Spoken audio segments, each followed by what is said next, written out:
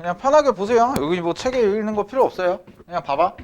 내가 순열부터 조합까지 싹 설명할 건데. 자, 일단은 경우의 수, 순열, 조합이라는 단어는 확률 통계라는 과정에 속하는 단원이고요.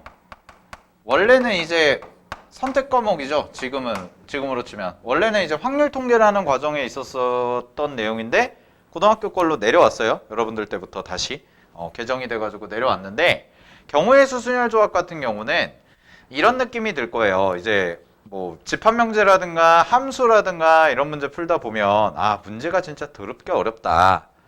뭐 이런 느낌을 받을 수가 있는데 경우의 수 순열 조합은 문제 딱 보고 할만하겠는데? 라고는 생각이 들 거거든? 근데 이제 문제가 뭐냐면 니네가 풀고 나서 못 푸는 사람은 별로 없어. 다 소는데. 근데 문제가 뭐냐? 틀려.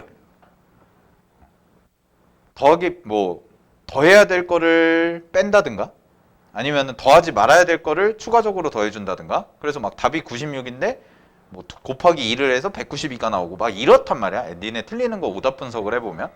알겠니? 근데 이제 그런 게 왜 그러냐면 이 확률 통계라는 단원의 특성상 굉장히 꼼꼼한 계산이 필요해요. 굉장히 꼼꼼함이 필요하고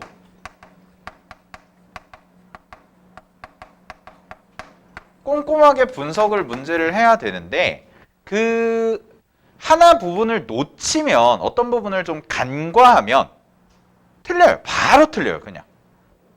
알겠어? 그래서 여러분들 선배들 같은 경우도 유독 1학년 2학기 기말고사를 잘 못 보는 친구들이 있어. 이제 그 범위가 이게 들어갔을 때. 그게 대표적인 게 이제 이과 애들이 그렇거든. 이과 애들이. 그러니까 꼼꼼하게 세질 않는 거예요. 습관이. 그러니까 꼼꼼하게 세질 않으니까 당연히 틀릴 수밖에 없는 거야. 미스가 나고 막 그렇게 되거든. 그러니까 항상 문제를 풀 때 특히 고난도 문제일수록 꼼꼼하게 세는 게 필요한데 그래서 결국 우리가 문제를 풀다 보면 내가 이런 말을 많이 할 거야. 우리가 해야 되는 건 체계적인 노가다예요. 그러니까 일일이 다 세줘야 되는데 굉장히 체계적으로 해야 된다는 거야. 그래야지 놓치는 부분이 하나도 없거든. 알겠지? 네, 그런 부분들 좀 생각해보면 되는데 자 일단 기본적인 용어 정리부터 하면 사실 여러분들이 확률 통계를 선택을 하는 사람이 없잖아요. 여기서는 문과 친구들이 없잖아. 그러다 보니까 문과 없죠? 네. 아, 그 내신이잖아요. 괜찮아요. 그때 되면은 2학년 2학기 때쯤 되잖아. 그러면은 내신을 준비하는 친구들과 수능으로 떠나간 친구들이 나눠지기 때문에 그때 되면은 그때 가서 생각하면 돼. 근데 이제 수능에서 선택을 안 하잖아. 학교에서만 하는 거지. 내신에서만. 그죠? 그러다 보니까 공부를 좀 소홀히 하긴 해. 상대적으로. 이과 애들이 별로 재미없어 해. 확통을. 재미도 없고 실제로. 근데 보세요. 용어 정리를 좀 간단하게 해보면 일단 여러분들이 시행이라는 단어와 사건이라는 단어와 경우의 수라는 단어를 제대로 알고 있나 이거부터 좀 확인을 해보면 시행이라는 것은 말 그대로 어떤 행위를 했을 때 나오는 그 행위 그 자체를 의미해요. 그래서 예를 들어서 재호가 주사위를 던진다. 그럼 시행이야. 그게 시행이야. 알겠니? 자, 그러면 어떤 행위를 하면 당연히 뭐가 있어야 돼? 결과가 있어야죠. 그래서 사건이라는 것은 뭐라고 생각하면 되냐면 행위의 결과예요. 그러면 경우의 수는 뭐냐? 경우의 수가 뭘까? 처음 들어보는 건 아니잖아. 그지? 그럼 근데 이제 여러분들한테 물어보면 잘 몰라요. 경우의 수가 뭐예요?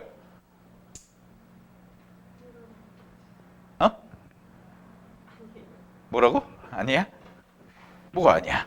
자, 잘 봐. 경우의 수는요. 그냥 이렇게 생각하시면 돼요. 어떤 행위를 했죠? 어떤 행위의 결과가 나오지? 그지? 그 결과의 개수예요. 즉 사건의 개수예요. 이렇게 생각을 하시면 돼요. 그래서 이게 세트예요. 모든 문제가 이렇게 구성이 돼 있어요. 어떤 시행을 하고요. 그 시행에 대한 결과가 나오고 그 시행에 대한 결과가 몇 개가 나오는지를 물어보는 게 경우의 수 순열 조합 문제의 기본적인 틀입니다. 알겠나요? 뭐 문제가 다 그렇잖아. 주사위 한 개를 던졌을 때, 주사위 두 개를 던졌을 때 나오는 두 눈의 수의 합이 3의 배수일 경우의 수를 구해라. 그럼 그 얘기는 무슨 얘기야? 주사위 두 개를 던지는 시행에서 나온 결과가 3의 배수인 개수, 즉 사건의 개수를 구해라. 이 말과 똑같은 거라고. 알겠니? 자, 그 다음에 두 번째. 자, 경우의 수를 만드는 두 가지 법칙이 있는데 첫 번째가 이제 합의 법칙이라는 게 있고 두 번째가 곱의 법칙이라는 게 있죠. 그러면 교과서에서는 보통 이렇게 설명하거든. 잘 봐. 합의 법칙이라는 것은 뭐라고 얘기를 하냐면 합의 법칙은 어떤 케이스들이 있을 때 두 개가 동시에 일어나지 않는다. 그럼 동시에 일어나지 않는 사건의 개수의 합을 우리는 합의 법칙으로 처리한다. 이런 식으로 교과서에 서술이 돼 있거든. 자, 즉 이런 얘기야. 봐봐. 어떤 주사위를 쉬운 거부터 해볼게요. 주사위 한 개를 던졌어. 주사위 한 개를 던졌을 때 짝수가 나오거나 혹은 3의 배수가 나오는 사건의 개수를 구하세요 라고 돼 있거든요. 그러면은 이런 얘기가 되겠죠. 합의 법칙과 곱의 법칙은 기본적으로 사건이 두 개 이상이 접목이 되는 거예요. 사건이 두 개 이상이다. 즉 여기서 말하는 사건은 짝수라는 사건 A가 될 거고 3의 배수라는 사건 B가 되겠지. 그치? 그랬을 때 짝수가 나오는 게 1, A그 2, 4, 6 이렇게 써지고 3의 배수가 3, 6이야. 그럼 두 개를 뭐 하자? 더하는 거지, 개수를. 근데 그 더하는 개수 중에 어때야 돼? 시행을 한 번만 딱 해쳐. 그죠? 그럼 6이라는 애가 중복이 돼서 나올 수가 없다는 거지. 그지? 그러니까 하나 정도는 겹치는 거 제거를 해줘서 몇 개가 나오는지 확인해 보면 4가지가 나옵니다. 이게 기본적인 합의 법칙의 구조가 돼요. 됐나요? 자, 근데 이제 곱의 법칙은 이런 식으로 가겠죠. 자, 곱의 법칙은 반대로 주사위를 두 개를 던져. 자, 주사위를 두 개를 던져. 아니다. 두 번을 던진다고 해보자. 두 번을 던지면, 잠깐 여기에서 첫 번째 던졌을 때는 짝수가 나오고 두 번째 던졌을 때는 소수가 나오는 사건의 개수가 어떻게 됩니까? 라고 물어보는 거죠. 그죠? 그럼 얘 같은 경우는 처음에 던졌을 때 짝수라는 게 나오는 거고 두 번째 던졌을 때 소수라는 게 나오는 거지. 그럼 짝수가 나올 수 있는 건 당연히 2, 4, 6이 될 거고요. 소수가 나오는 거는 어떻게 되냐? 2, 3, 5 이렇게 되죠. 그럼 여기가 몇 가지야? 3가지가 나올 거고요. 여기가 몇 가지야? 3가지가 나오고 두 개를 뭐 하자? 곱해서 처리하자. 그래서 9가지다. 이렇게 되는 거지. 되니? 그럼 얘는 어떤 느낌이 강하냐면 잘 봐. 이런 얘기를 해. 교과서에서는 곱의 법칙을 쓸 때는 동시에 일어나는 사건입니다. 라고 이렇게 얘기를 하거든. 되니? 근데 나는 그 말 자체가 내 생각에는 그 말 자체가 오히려 여러분들을 헷갈리게 하는 것 같아요. 동시에라는 것은요. same time이 아니에요. 알겠나요? 여기서 말하는 동시에라는 것은 뭐냐면 곱의 법칙은 이런 의미가 좋아. 연달아서 일어나는 거예요. 연달아서 일어나는 걸 우리는 곱의 법칙으로 연산 처리하겠다는 거야. 됐니? 그럼 이런 얘기가 된단 말이야. 잘 봐. 재호가 소개팅을 나가려고 이제 옷을 입을 거야. 옷을 입는데 위에 입고 아래에 입어야 될 거 아니야. 왜 웃어? 나도 소개팅 할 수 있지. 자, 잘 봐. 근데 위에도 입고 아래도 입어야 돼. 근데 우리나라 말인 동시에라는 단어로 하면 나는 옷을 위에도 입으면서 아래도 같이 입어야 돼. 그죠? 이상하다고. 에이 선생님 그런 게 어딨어요. 그 정도는 구분을 할 수 있죠. 근데 니네 웃긴 게 뭐냐면 니네 문제 어려운 거 풀다 보면 이상한 질문 한다니까. 선생님 이게 어떻게 동시에 일어나죠? 막 이래. 그러니까 용어 정리를 확실하게 해놓으라고. 잘 봐. 곱의 법칙은요. 내가 옷을 입는 경우의 수를 곱의 법칙으로 처리를 할 거야. 그럼 어떻게 처리하냐면 위에 입고 아래에 입는 거야. 연달아서 일어나죠. 그러면 곱의 법칙으로 연산 처리하면 된다는 거예요. 그거를 여러분들이 문제에서 뉘앙스 파악을 잘하면 돼요. 근데 그 뉘앙스 파악을 잘못해가지고 이상하게 연산 처리해버리면 틀린다는 거야. 그러니까 경우의 수 순열 조합에선 니네가 조심할 건 그거밖에 없어. 문제 해석을 이상하게 하지 말자. 우리가 해야 되는 원칙이에요, 그게. 알겠나요? 오케이. 자, 이렇게 정리가 되죠? 그럼 이걸 가지고 내가 자, 경우의 수 문제를 풀어가는 기본적인 틀을 가르쳐 줄 건데 여러분들도 항상 이렇게 풀어주시는 게 좋아요. 잘 보세요. 기본적인 틀은 항상 케이스 분류입니다. 자, 어려운 문제일수록 케이스 분류가 어려워질 거고요. 쉬운 문제일수록 케이스 분류가 쉬워질 거예요. 근데 케이스 분류를 할 때는 이렇게 가면 되죠. 잘 봐. 여기다가 케이스 1, 첫 번째 케이스, 그 다음에 두 번째 케이스, 그 다음에 세 번째 케이스 이렇게 가는 거야. 그럼 잘 봐. 케이스 분류를 할 때 가장 중요한 건 뭐냐면 요 케이스, 요 케이스, 요 케이스에서는 절대로 뭐가 있으면 안 되냐면 얘네들끼리 중복이 있으면 안 돼요. 즉 무슨 얘기냐면 여기도 있고 여기도 있고 여기도 있어. 말이 안 돼요. 왜? 여기서도 세주고 여기서도 세주고 여기서도 세주는 게 경우의 수 문제 풀 때 가장 최악이야. 알겠니? 여러분이 답을 냈을 때 답과 다른 답, 즉 틀린 답이 나오는 이유는 둘 중 하나밖에 없어요. 세야 하는 걸 덜 셌거나 아니면 세지 말아야 할 걸 더 셌거나. 그럼 이렇게 접근하면 돼요. 오답 분석할 때 있잖아. 내가 뽑아낸 답이 243이라고 해봐. 내가 찾아낸 답이 243인데 실제 답이 216이야. 그러면 니네가 잘못한 건 뭐냐면 더 세해줬다는 거야. 그러면 더 세준 부분을 찾아내야 돼. 오답 분석을 할 때. 그러고 고쳐나가야 돼. 근데 그게 이해가 안 될 때가 많거든. 그래서 확통할 때 질문이 제일 많아.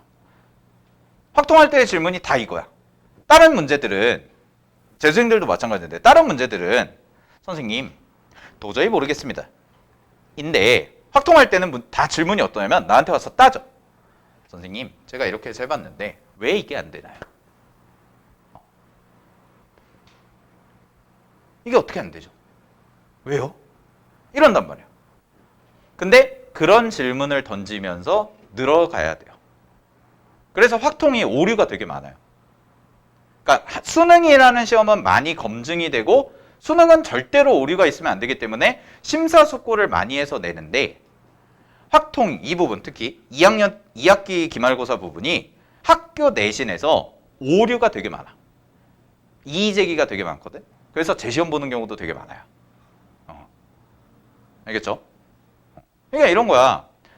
귀에 걸면 귀걸이, 코에 걸면 코걸이 이런 식의 표현을 내면 안 된다고 사실. 이렇게도 볼 수 있지 않나요? 라는 게 있으면 안 돼요. 확통에서는. 왜냐면 그렇게 생각했을 때 그렇게도 볼 수 있겠다. 그러네. 그럼 이제 그냥 문제 잘못 낸 거죠. 그럼 이제 재시험 되거나 아니면은 그냥 복수 정답 처리하거나 뭐 이런 경우가 비일비재하게 일어나는 거예요. 학교 시험에서는. 알겠죠? 네, 그런 건데. 자, 그럼 잘 봐. 케이스 분류를 할 때는 절대로 중복을 허락하면 안 됩니다. 절대 겹치는 게 있으면 안 돼. 단 예외가 있는 경우가 있어. 이런 경우가 있거든. 뒤쪽에서 배울 건데 합의 법칙을 다시 한번 정리를 하면 합의 법칙은 뭐랑 똑같다고 보시면 되냐면 얘는 집합에서 배웠던 합집합의 원소의 개수 공식과 똑같은 거다라고 보면 돼요. 그럼 우리가 합집합의 원소의 개수 공식을 어떻게 처리하냐면 이렇게 처리하죠. 얘는 얘 더해서 얘를 빼준다. 내가 P라고 쓴 건 확률이라는 뜻이에요. 확률. 이건 확통에서 나오는 표현인데 여기를 N으로만 바꾸면 요거랑 똑같아지죠? 그죠? 그럼 이럴 때는 케이스 분류를 어떻게 하냐면 이렇게 하는 거야. A인 사건 구해. B인 사건 구해. 즉 일부러 중복을 감안을 해서 세요. 일부러. 알겠나요? 그러니까 여기에서도 만족하고 여기에서도 만족한다는 걸 인지한 상태에서 그냥 계산을 하는 거야. 그런 다음에 둘 다 만족하는 걸 뭐 하면 돼? 제거하는 방식으로 처리해주면 된다는 거야. 이게 예외야. 케이스 분류할 때의 예외. 알겠니? 그러니까 얘는 일부러 케이스 분류할 때 중복을 허락을 시켜주는 거야. 알겠니? 그런 다음에 어떻게 처리하자고? 마지막에 빼주는 테크닉으로 처리하자 이 얘기야. 됐니? 이게 유일한 예외이니까 잘 하시면 되고 이런 문제 스타일 풀다 보면은 오히려 여기서 중복되는 걸 빼고 여기서 중복되는 걸 빼고 이러다 보면 틀리는 경우가 많아요. 알겠죠? 그러니까 이런 스타일의 문제 이따가 문제 몇 개 풀어보면서 정리할 건데 이런 스타일의 문제 풀 때 오히려 이렇게 풀어주는 게 좋습니다. 알겠죠? 네, 이런 식으로 정리해 주시면 될 것 같고요. 자, 그럼 가볼게요. 이렇게 세 개가 나왔죠? 그럼 이렇게 세 개가 나왔을 때 계산을 어떻게 처리하냐? 마지막에 케이스 1에 해당되는 거를 계산을 해요. 근데 이걸 계산할 때 쓰는 게 곱의 법칙이야. 이걸 계산할 때 쓰는 게. 요 상황 안에서 일어날 수 있는 경우의 수를 세자. 그럼 곱의 법칙. 그럼 얘 같은 경우도 뭐가 되냐면 얘도 곱의 법칙 쓰고 얘도 곱의 법칙 쓰는 경우가 많거든. 되니? 그런 다음에 다 구한 다음에 마지막에 뭐 해주면 돼? 이 세 개를 모두 더해주면 돼. 그럼 더해주는 건 무슨 법칙이야? 합의 법칙이죠. 즉 케이스 분류라는 것은 어떻게 처리가 되냐면 얘는 여러분들이 배우는 합의 법칙과 곱의 법칙이 적당하게 어우러진 형태의 경우의 수 문제를 풀어나가는 틀이에요. 알겠죠? 그래서 대부분의 문제나 해설지들이나 이런 걸 보면 케이스 첫 번째, 케이스 두 번째, 케이스 세 번째 구한 다음에 이 경우에서 다 더하면 답입니다. 이렇게 처리되는 경우가 많아. 알겠지? 그러니까 이런 기본 구조들을 좀 알아두시면 됩니다. 됐죠? 자, 이게 경우의 수에서 공부하는 내용이고요. 자, 그 다음에 볼게요. 순열 조합으로 넘어가면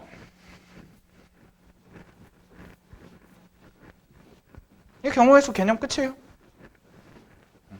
따질구레한 뭐 공식들이 있거든. 뭐 약수의 개수 공식. 우리 아까 했던 것처럼. 그 다음에 뭐 개수 공식 뭐 이런 거 있는데 그거는 이제 교과서에 있는 거 외워가지고 푸시면 되는 건데. 자, 여기 봐봐. 이제 순열을 해볼게요. 순열. 그 다음에 조합. 이 두 개를 나는 이 두 개를 세트라고 보거든.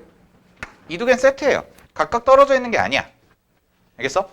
저 뒤쪽에 있잖아. 그 책 볼 필요 없어. 그냥 봐. 보고 나중에 집에 가서 복습하실 때 그냥 개념 부분 한번 읽어보면 저 새끼가 무슨 얘기했는지 알 거야. 알겠지? 그냥 편하게 들어 오늘은.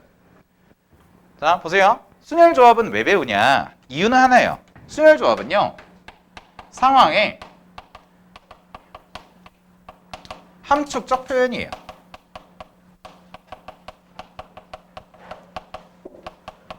여러분 반에서 뭐 얘기한 것 같은데 함축적 표현. 즉 어떤 의미를 갖고 있는 축약된 표현이 순열과 조합이라는 거야.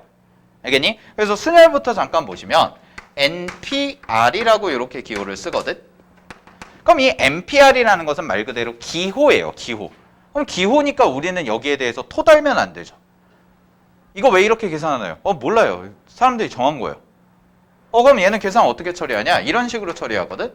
N-1, N-2 이렇게 가서 땡땡땡 N-R 플러스 1 이렇게까지 처리를 해. 되니?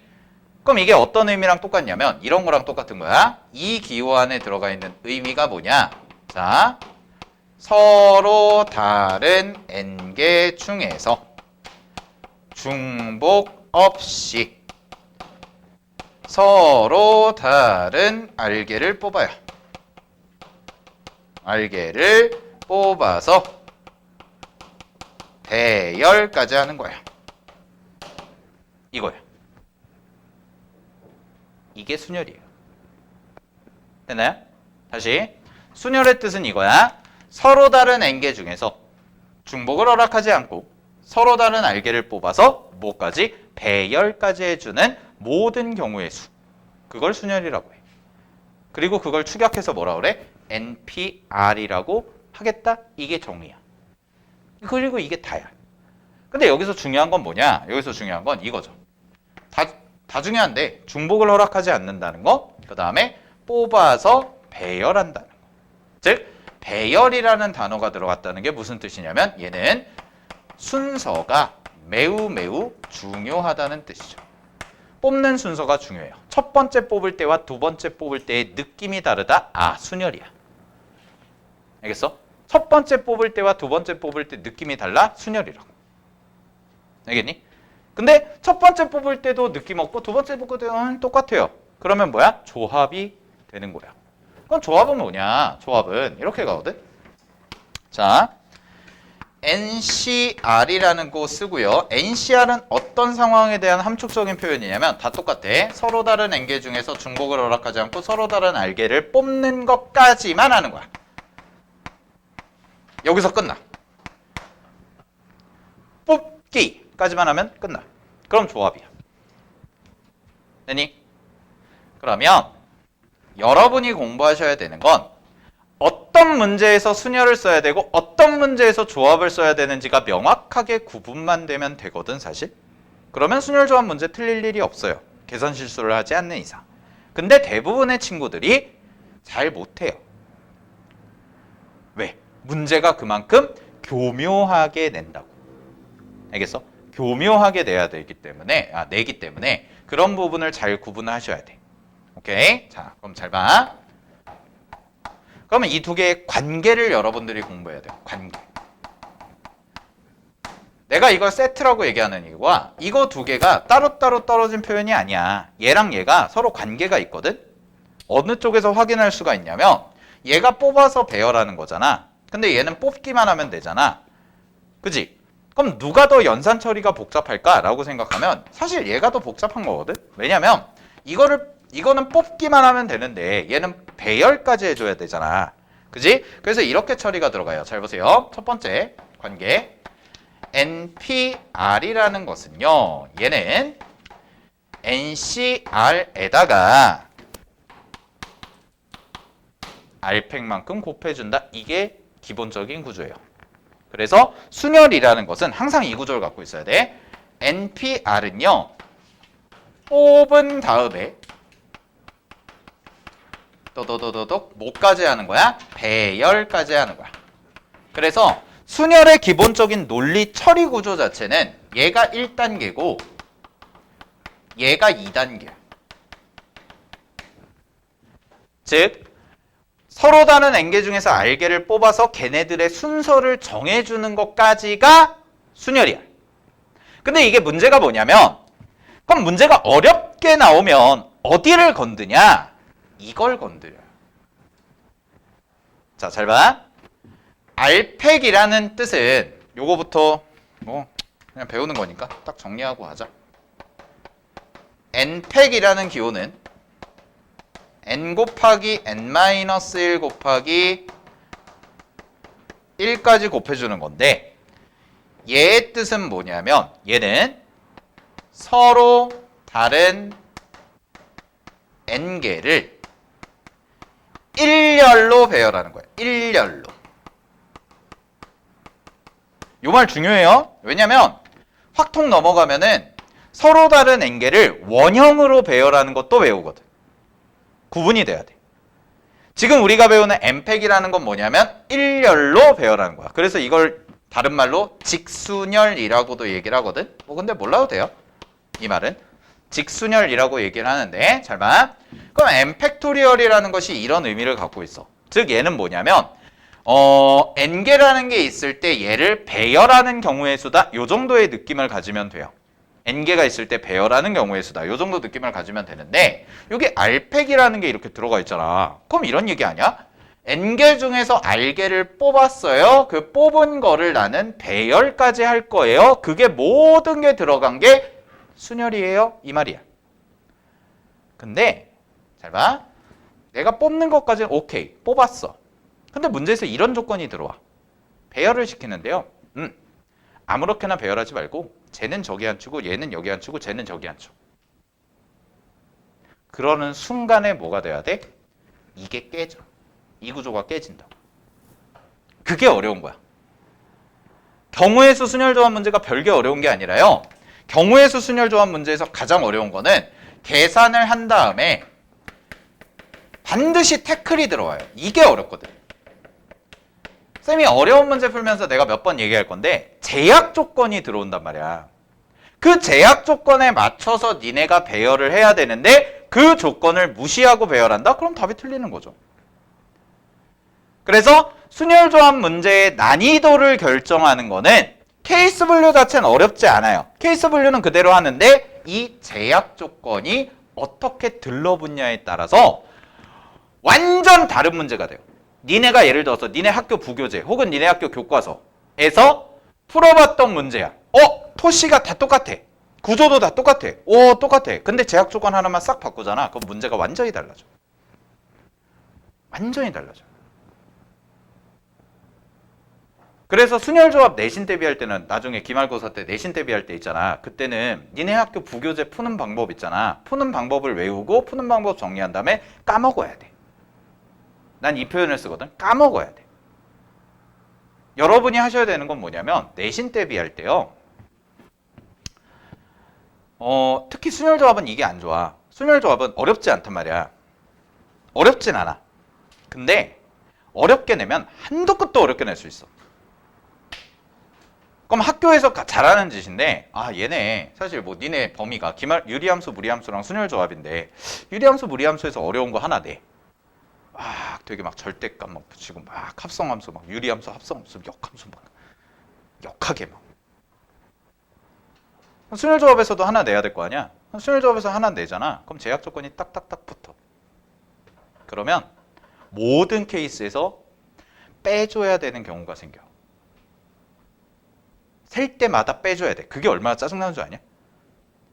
셀 때마다 빼주는 게 제일 짜증나. 나중에 문제 풀어보면 알 거야. 내가 무슨 말을 하는지. 아직 여러분들은 내 마음을 몰라. 알게 될 거야. 오케이? 얘가 중요해요. 그래서 여러분들이 순열조합 개념 정리할 때는 기본적인 이 공식이 갖고 있는 구조를 정확히 기억을 하시되 언제든지 바뀔 수 있다는 걸 인지하고 있어야 돼. 즉 공식에 끼워 맞춰서 풀려고 하는 순간 고난도 문제를 못 풀어요. 내가 하고자 하는 말이 이거예요. 이 구조가 갖고 있는 의미는 정확하게 파악을 하시되 문제를 풀 때는 공식에 무조건 끼워 맞춰서 풀려는 친구들이 있거든. 절대로 그렇게 하면 안 돼요. 유연한 사고가 필요해요. 알겠나요? 조심하시고. 오케이. 자, 그 다음에 세 번째. 그럼 이제 이거 두 개를 좀 합쳐볼게. 이거 두 개를 합치면 이런 관계가 나오거든. 잘 봐. NPR이라는 공식부터 한번 살펴보면 NPR은 이런 거야. N개 중에서 한 개 뽑고 자 하나 뽑았으니까 N-1개 중에서 하나 뽑고 그 다음에 또 하나 뽑고 남은 거 N-2개 중에서 하나 뽑고 그래서 N-R 플러스 1까지 이렇게 뽑은 거예요. 됐나요? 자 근데 이거를 이렇게 쓸 수가 있거든. 잘 봐. 이거잖아. 이것도 뭔가 비슷한 구조야. 그러니까 벌어지. 자 보세요. N 팩토리얼을 팩토리얼 구조로 쓰는 거야. 이거는 어디서 중요하냐면 이거는 증명 문제가 나오거든. 나중에 수능에선 절대 안 나오는데 내신에선 증명을 내요. 그게 또 짜증나요. 어쨌든 증명 문제가 나와. 그때 이걸 쓰거든. 알고 있어야 돼. 그래서 잘 봐. NPR이라는 것을요. N 팩토리얼을 뭘로 나눈 거랑 똑같냐면 N-R 팩토리얼로 나눈 것과 똑같아요. 됐나요? 선생님 잘 모르겠어요. 잘 봐. 그러면 숫자로 써줄게. 자, 예를 들어서 5P3이라는 걸 해볼게. 그럼 5P3은 5 곱하기 4 곱하기 3이거든. 근데 이 3이 갖고 있는 의미가 뭐야? 5에서 3을 빼서 더하기 1 했다 이 뜻이야. 별게 아니죠. 근데 이거를 나는 이렇게 쓸 수가 있다는 거야. 얘를 원래 5팩이지. 그지? 그 5팩을 어떻게 하면 돼? 2팩으로 나눠주면 된다고. 그럼 남는 게 누구만 남아? 이것만 남아요. 그럼 이 2라는 애가 갖고 있는 의미가 뭐예요? 5에서 3을 뺀 거예요. 5에서 3을 뺀 거에 팩토리얼 씌웠다 이 얘기야. 알겠지? 근데 이 표현이 왜 중요하다고? 나중에 증명할 때 많이 쓰니까 좀 알아두라고. 알고 있어야 돼. 오케이? 그럼 잘 봐. 이제 네 번째 같이 접목을 시킬게요. 자, 쌤이 아까 이런 얘기를 했죠. NPR이라는 것이 뭐라고 그랬냐면 NCR 곱하기 R 팩토리얼입니다 라고 이렇게 얘기를 했어. 그러면 잘 봐. NCR 있죠? NCR 있는데 NCR을 내가 그럼 이렇게도 쓸 수 있는 거 아니야? 자, 얘를 이항을 시켜볼게. 그러면 NCR은 뭐라고까지 식변형이 가능하냐면 R 팩토리얼 분의 NPR이다 라고까지 식변형이 가능한 거야. 여기까지 괜찮죠? 그죠? 근데 NPR은 나를 뭐라고 쓰냐면 저렇게도 쓸 수 있다고 그랬잖아요. 그러니까 저거를 합쳐버리면 이렇게까지 되네. R 팩토리얼 곱하기 n-r 팩토리얼 분의 뭐가 돼요? n 팩토리얼이라고 이렇게까지도 쓸 수가 있다는 거죠. 됐나요? 오케이? 자, 이렇게까지도 다 써줄 수가 있는 거고 이렇게 표현이 가능하다는 거야. 됐니? 여러분들은 어때야 돼? 외우고 있어야죠. 그죠? 제가 지금까지 한 30분 설명하면서 난 책 한 번도 안 봤잖아. 그냥 머릿속에 있는 거 얘기하는 거거든. 이 정도까지 정리가 되어 있으면 잘 되신 거예요. 알겠죠? 순열 조합에 이런 게 있고 이런 게 있고 이런 게 있고 이런 게 있구나. 오케이?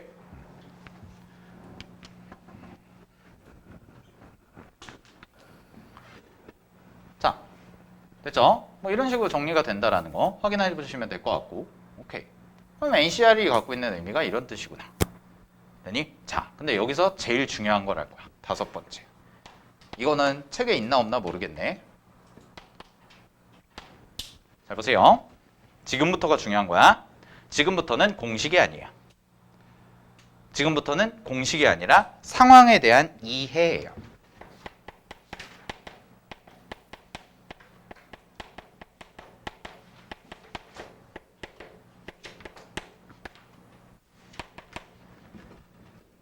자, 잘 봐. 내가 이걸 해볼게. 하나 예를 들어줄게.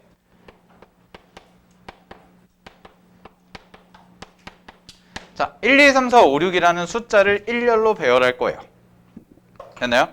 일렬로 배열할 건데 각 자리에 들어가는 숫자를 내가 그냥 편의상 A, N이라고 할게요. 그리고 AN은 N자리에 1부터 6까지의 숫자가 들어갑니다. 근데 제약 조건이 이렇게 붙은 거야. 어떻게 붙었냐면 A1, A3, A5는 만족했으면 좋겠고요. 그 다음에 A2는 A4보다는 컸으면 좋겠어요. 자, 이렇게 만족하는 가짓수를 구하세요. 이게 문제예요.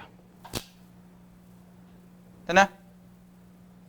자, 1분 드릴 테니까 고민해봐. 어떻게 할까? 그냥 머릿속으로 고민해봐. 1부터 6자리의 숫자를 배열할 거야. 내가 배열할 거거든? 근데 각 자리에 들어간 숫자를 그냥 편의상 A1, A2, A3, A4, A5, A6, A7, A6 이렇게 한 거야.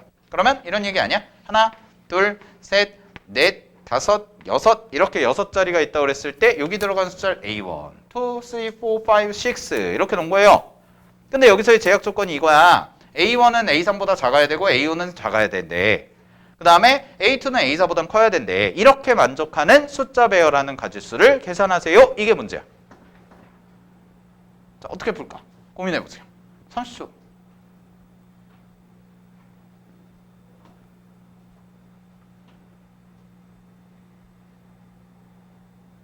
자, 잘 봐. 원래대로 우리가 생각을 해보면 이렇게 해야 돼. 배운 대로 생각을 해보면 A1이랑 A3이랑 A5가 A1이 제일 작네. 근데 여기는 또 A2랑 A4인데 얘네들의 대소관계랑 얘네들의 대소관계는 아무런 연관이 없어요. 맞죠? 이런 얘기거든. 얘가 얘보다 작은 거지. 얘보다 작은 건 상관이 아니거든. 그러면 이 문제를 만약에 직접 케이스를 다 일일이 분류해서 푼다. 그럼 케이스를 분류한다는 뜻은 쉽게 말하면 어떤 기준을 정해서 그 기준을 고정시킨다는 얘기거든. 그 기준을 고정시킨다는 얘기인데 고정할 점이 없다는 게 문제예요. 이 문제는. 왜? 여기 따로 노니까. 만약에 이것만 있었다고 해봐. 만약에 이것만 있었다고 한다면 그냥 탁탁탁 해가지고 뭔가 될 것 같아. 근데 얘도 생각하면서 뭐도 생각해야 돼. 얘까지 생각을 해야 되니까 축이 2개가 도는 거야. 자, 쌤 표현 알겠어요? 축이 2개가 돈다고. 기준이 2개면 니네 잘 생각해봐. 니네 집에서 어머니 아버님이 계시잖아. 엄마랑 아빠랑 싸워. 그러니까 맨날 싸우는 게 아니라 어떤 의견 하나 때문에 뭐 예를 들어서 여름휴가를 어디로 가자. 어머님은 제주도다. 아버님은 무슨 제주도냐? 집에서 쉬자. 이렇게 해. 그럼 싸워. 의견이 돌아. 그럼 집안 분위기가 어때? 혼란스럽지. 그렇죠? 어느 장단에 맞춰야 되나? 그렇지 않아요? 아, 다 무시해요? 여러분이 서열 1위야? 똑같은 상황이에요. 잘 보세요. 그래서 여기서의 상황에 대한 이해는 이런 거야. 케이스는요. 내가 아까 이 얘기를 아직 안 했는데 케이스를 분류한다는 건 명확한 기준 하나를 정해서 고정시킨다는 뜻이랑 똑같아. 알겠니? 오케이? 우리 집은 제주도로 가기로 했다. 계획 세워라. 착착착 해가지고 촥 해서 답. 이렇게 나오는 거야. 그게 케이스 분류의 느낌이야. 근데 이렇게 기준이 쪼개지잖아. 즉 축이 두 개가 생기잖아. 기준점이. 그럼 케이스 분류하면 안 돼. 절대 하면 안 돼. 하는 순간 돌이킬 수 없는 강을 건너가. 시간은 투자하고 문제를 틀리는. 알겠니? 그럼 이건 어떻게 해야 되나요? 상황에 대한 이해라고 한 거예요. 그래서 상황에 대한 이해. 잘 보세요. 순열은 뽑아서 배열입니다. 그 말은 순서가 중요하다고 했죠. 근데 만약에 여기서 순서를 배열하는 경우를 제거시킨다면 누구랑 똑같아지냐?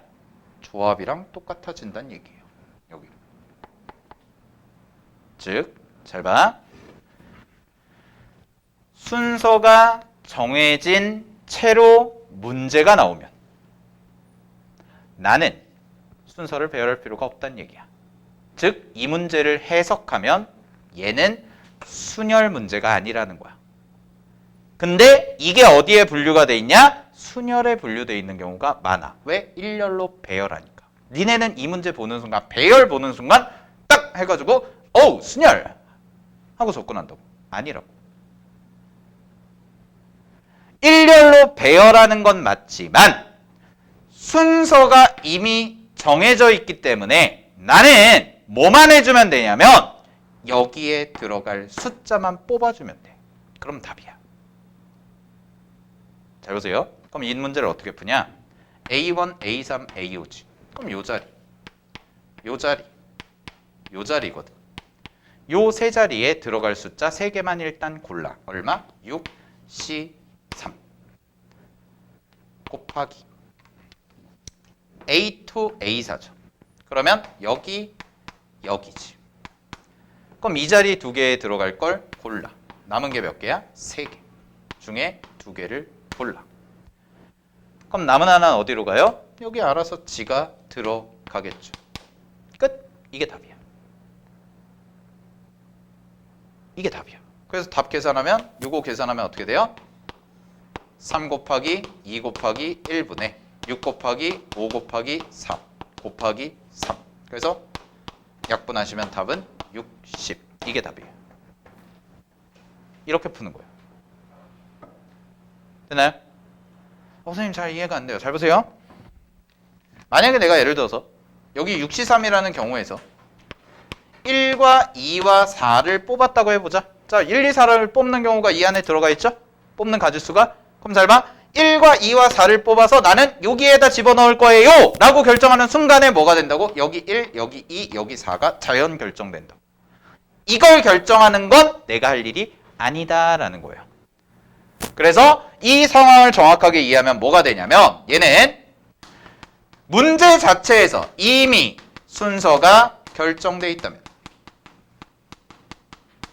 순서가 결정돼 있다는 건 곧 내가 배열할 필요가 없다는 거야. 따라서 이 문제는 뭐야? 조합으로 해석해야 된다라는 거예요. 그게 상황에 대한 이해예요. 이렇게 직관적으로 줄 때도 있지만 말로 국어적인 걸로 쭉 풀었어. 근데 결국 정리해보면 이 말을 하는 거거든.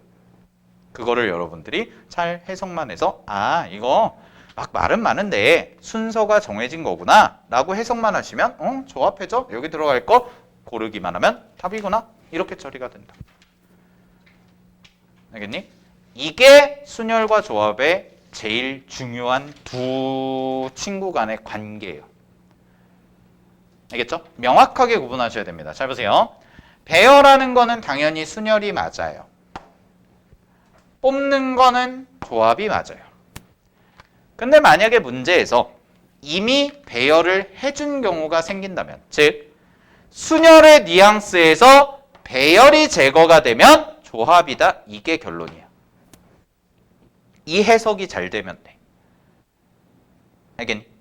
이 해석이 잘 되면 여러분들이 문제 푸는데 크게 무리가 없으실 거예요. 알겠죠? 오케이, 정리하시고요. 자, 그 다음에 마지막 하나 할게요. 개념적으로. 이거 지우고.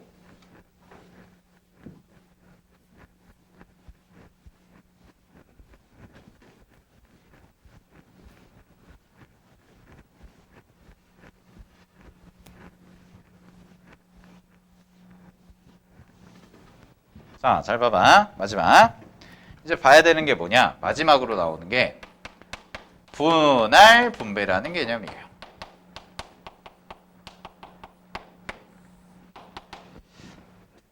자, 분할 분배라는 게 맨 끝에 나올 거거든? 근데 그 분할 분배라는 건 뭐냐면 원래 분할이라는 게 중요한 거야.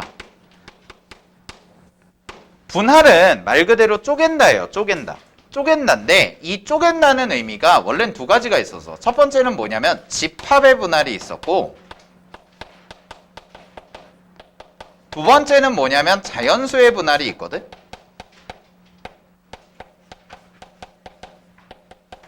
원래는 이렇게 교육과정에서 두 개가 분리가 되어 있었는데 지금은 분리시키진 않아요. 그러니까 분할 분배라는 것 자체는 뭐 마플 교과서 같은 경우는 워낙 상세하게 설명되어 있는 개념서니까 아마 있을 가능성이 높은데 그 학교 교과서나 이런 거에서는 자세하게 설명이 안 되어 있어요. 교육과정에서 빠진 내용이라서. 근데 알고는 있어야 돼요. 알고는 있어야 되는데 잘 봐. 분할 분배에서 제일 중요한 건 뭐냐면 이거는 거의 안 나와요. 이거는 나중에 여러분들이 확통을 만약에 내신 공부할 때는 중복조합이라는 걸 배울 거거든. 이게 제일 어려워. 확통에서. 확통 해본 사람? 살짝 맛만 봤어? 한번 찍어봤어? 이거 기억나? 안 나? 이게 1단원인데? 큰일 났네. 자, 어쨌든 이게 제일 어렵거든? 중복조합인데 이 중복조합이 자연수의 분할로 하면 조금 쉽게 풀리는 게 몇 개가 있어. 그때 쓰이는 거야. 그럼 자연수의 분할은 뭐냐면 가볍게 나가고 넘어갈게요. 이런 거예요. 자, 7이라는 숫자를 자연수로 쪼개세요. 이거야. 그럼 7이라는 걸 자연수로 쪼개는 가장 기본적인 방법은 뭐야? 1 더하기 1 더하기 땡땡땡땡 1. 1 7개. 네, H요. 됐나요? 그 다음에 1 더하기 1 더하기 땡땡땡땡 마지막 것만 2. 이런 식으로 가는 거. 이게 자연수 분할이거든? 알겠나요? 뭐 이렇게 가는 거죠. 그 다음에 얘를 뭐 3 더하기 4로도 볼 수가 있고 얘를 뭐 2 더하기 5로도 볼 수가 있고 뭐 이런 건데 별로 중요하진 않아요. 얘는. 근데 여러분들이 중요하게 봐야 되는 건 뭐냐면 집합의 분할, 즉 조편성이라고 하는 것도 있어요. 아, 조편성은 아니겠다. 그냥 집합의 분할. 자, 잘 봐. 이런 얘기야. 4명이 있어요. 4명을요 내가 자, 청소 열에 1명, 청소 아래 3명 이렇게 쪼개고 싶대. 그럼 이렇게 쪼개는 방법의 수가 뭐냐? 얘는 엄청 쉽죠. 어떻게? 4명을 1명, 3명으로 쪼개려면 1명으로 들어가는 애 하나를 뽑아.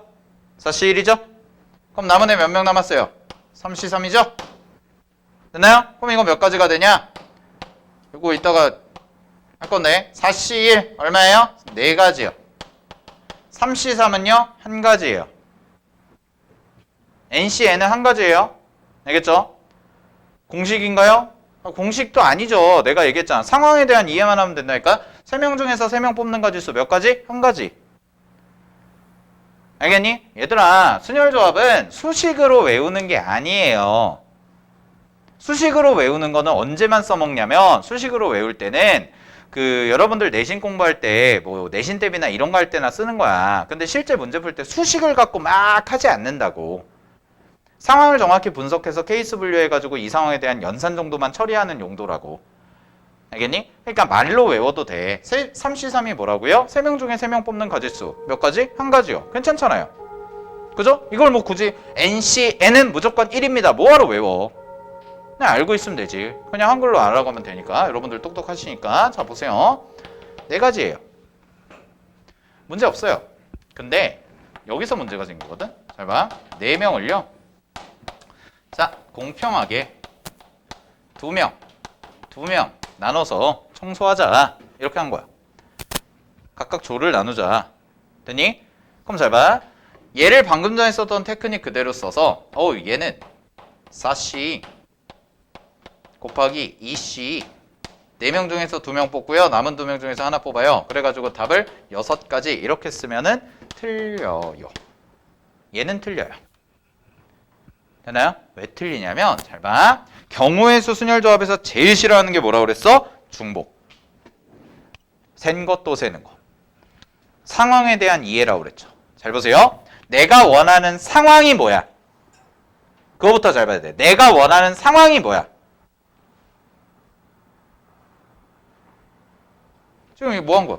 4명을 2명으로 쪼갠 거지. 그죠? 그게 분할이었죠. 그럼 내가 원하는 결과물은 뭐냐면 4명이 2명으로 쪼개져 있는 결과만 있으면 된다고. 이해됐어?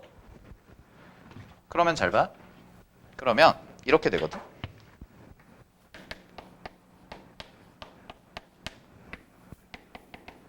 여기가 뽑은 경우고 뽑고 남은 애들이야. 그럼 잘 봐. 내가 4명 중에서 A, B를 뽑았어. 그럼 남은 게 누구야? C, D란 말이야. 됐니? 근데 이 가지수가 또도도도도독 써지면 이 가지수가 몇 가지라고? 6가지가 나온다고. A, B, A, C, A, D, B, C, B, D, C, D 이렇게. 그럼 마지막에 나오는 게 C, D죠. 내가 C, D를 뽑았어요. 그럼 남은 게 누구야? A, B란 말이야. 그럼 잘 봐. 이거와 이거는 뽑는 방법은 달랐지만 뽑아놓은 결과가 어때? 동일하다. 왜? 내가 원하는 결과는 뭐였어? A, B랑 C, D가 둘둘로 나눠져 있는 거야. 잘 들으세요. 분할은요. 뉘앙스 자체가 뭐냐면 4명을 2명 뽑고 2명 뽑는다가 아니야. 그게 아니야. 분할은 4명을 둘로 쪼갠다야. 누굴 뽑든 관심 없어. 그냥 4명을 2명으로 쪼개는 게 목적이야. 선생님 그럼 얘는 왜 안 하나요? 얘는요. 잘 보세요. 얘는요. 1명 뽑는 거, 2명 뽑는 거, 아니 B 뽑는 거, D 뽑는 거 이거거든. 이게 4가지거든. 그럼 여기 남은 애들이 3명이에요. 절대로 구조가 어때요? 대칭이 일어날 수가 없죠. 즉 뽑은 애와 남은 애가 같아지는 경우가 생겨 안 생겨? 안 생긴다. 그러니까 얘는 해줄 필요가 없는 거지. 근데 얘는 A, B를 뽑고 C, D를 남겨놓는 경우와 C, D를 뽑고 A, B를 남겨놓은 경우가 결국 어때? 똑같다고. 이거를 뽑는 경우라고 생각하면 안 된다는 거예요. 아시겠나요? 오케이?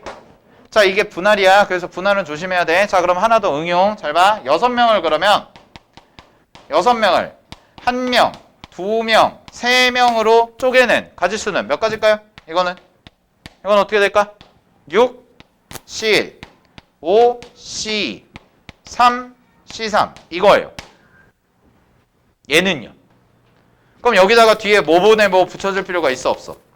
없죠. 이 설명을 안 했네. 미안. 그래서 이거 연산을 어떻게 처리하냐? 그 얘기를 안 했구나. 이렇게 한 다음에 반드시 뭘 해줘야 되냐? 이걸 해줘야 돼. 이게 뭔가요? 라고 하면 잘 보세요. 쌤은 늘 이렇게 설명하는데 이건 교과서에 없는 건데 내가 보는 시각이거든. 잘 봐. 고배 법칙이랑 하배 법칙은 있잖아. 근데 차의 법칙이랑 나눗셈의 법칙은 없거든. 나는 이렇게 생각을 해요. 잘 보세요. 곱의 법칙이요. 곱연산의 반대가 뭐야? 나눗셈이야. 맞지? 곱의 반대가 나눗셈 아니야? 우리 왜 곱할 때 옆으로 보내버리면 이항시켜버리면 나눗셈 되잖아요? 그죠? 곱은요. 경우의 수에서는 곱을 하는 순간 경우의 수가 어떻게 돼? 증가할 수밖에 없어. 근데 니네는 항상 뭐만 배우냐면 교과서에서 경우의 수를 늘리는 것만 배운단 말이야. 그렇지 않아요? 합의 법칙도 그렇고 곱의 법칙도 그렇고 어쨌든 간에 경우의 수가 어떻게 돼? 늘어나는 구조잖아.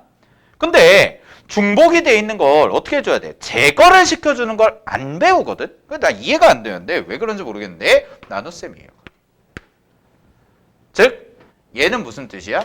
2팩분의 1이라는 건 이 2팩이 갖고 있는 의미가 뭐냐면 그걸 알아야 돼. 이 2팩이 갖는 의미가 뭐냐면 A, B 뽑는 순서와 CD를 뽑는 순서가 어차피 겹친다. 즉 A, B 뽑고 CD 뽑는 거 한 가지랑 CD 뽑고 A, B 뽑는 거 한 가지가 두 가지가 몇 개로 돼? 하나로 줄어들지. 그러니까 이게 2팩이 되는 거야. 됐어? 이게 이해가 되면 이게 쉬워져. 잘 봐. 이쪽으로 뺄게요. 6명을 2명, 2명, 2명으로 뽑는데 얘를. 그럼 얘는 계산을 어떻게 하냐면 6명 중에 2명 뽑고요. 4명 중에 2명 뽑고요. 2명 중에 2명 뽑아요. 그리고 곱하기 요 뒤에 몇 팩분의 1을 해줘야 될까? 2팩이야 3팩이야? 3팩이에요. 3팩분의 1이에요. 왜요? 잘 보세요. 왜요? 내가 아까 얘기했죠. 이 2팩분의 1이 어떤 의미인지만 알면 이해가 쉽다니까? 2팩분의 1은 뭘 제거하는 거였어? A, B를 뽑는 순서와 CD를 뽑는 순서가 어차피 똑같으니까 두 개를 제거한 거지. 그치? 즉 뽑는 순서의 경우의 수를 제거한 거라고. 그럼 얘는 봐봐. 이거랑 이거랑 이거를 그냥 덩어리를 내가 이름을 붙여서 A, B, C라고 해봐. 그럼 이 안에 구성원은 똑같아. 이 안에 구성원은 똑같은데 이렇게 뽑을 수 있잖아.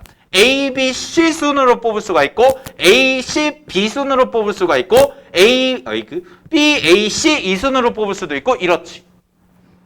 근데 그 경우가 어쨌든 결과는 어떻다는 거야? 다 똑같다고. 2명, 2명, 2명 돼 있는 건 다 똑같다고. 그러니까 그 세 덩어리를 뽑는 가지수를 어떻게 해? 하나로 줄여라 라는 역할을 하는 거라고 얘가. 그래서 3팩분의 1을 해줘야 돼. 알겠니? 그럼 이런 거죠. 하나 더. 그럼 6명을요. 3명, 3명으로 쪼개면요. 그럼 얘는요. 6, C, 3 곱하기 3, C, 3 하고 곱하기 얼마가 돼야 돼요? 이게 들어가야죠. 이거 헷갈려요. 니네 나중에. 그러니까 니네도 모르게 삽질을 한다고. 3명이니까 3팩. 아니야. 그룹의 수로 봐야 돼요. 그룹의 수로. 똑같은 인원수의 그룹이 2개다. 그 2개를 뽑는 순서가 어차피 동일하기 때문에 2팩분의 1인 거야. 근데 얘는 3개의 그룹이 있기 때문에 그 3개의 그룹을 뽑는 순서가 동일하다. 그래서 3팩분의 1이 되는 거라. 알겠나? 오케이? 됐죠? 네. 여기까지 정리하시면 되고요. 분배는요. 쉬워요. 분할해서 연장인데 분배는 쪼갠 다음 나눠주는 거죠. 그럼 얘는 끝났거든? 여기 볼래? 자, 잘 봐. 6명을 2명, 2명, 2명 쪼개요. 그럼 2명, 2명, 2명 쪼갠 것까지가 요까지야. 근데 얘네들을 내가 너는 제주도, 너는 경기도, 너는 강원도로 출장을 갔다 오렴. 이렇게 해. 그럼 달라지죠. 뭐가 달라져? 얘가 제주도 갈 때랑 얘가 제주도 갈 때랑 다르잖아. 그지? 그건 어떻게 해줘야 돼? 다시 배치를 시켜줘야지. 쌤이 하는 한글을 잘 들어봐. 이 상황과 여기 가는 경우가 다르니까 이 셋을 쪼개놓은 걸 다시 어떻게 해줘야 돼? 여기다 흩뿌려야 된다고. 그래서 3팩이 되는 거야. 이해됐나? 그래서 3팩이 되는 거라. 알겠니? 쪼개놓은 것까지는 끝났어. 여기서 연산이 끝났어. 그 그룹을 다시 서로 다른 세 군데에다가 보내. 흩뿌려. 그게 뭐야? 그게 3팩이라는 거죠. 아시겠나요? 오케이. 네, 여기까지 하면 수열조합 개념 설명 다 끝났습니다. 끝. 네, 이게 다예요. 뭐 짜지구리한 공식들 있긴 한데 기본적인 틀이 이렇다는 거. 알겠지? 네. 좀 쉬었다가 문제 좀 몇 개 풀고 마칠게요.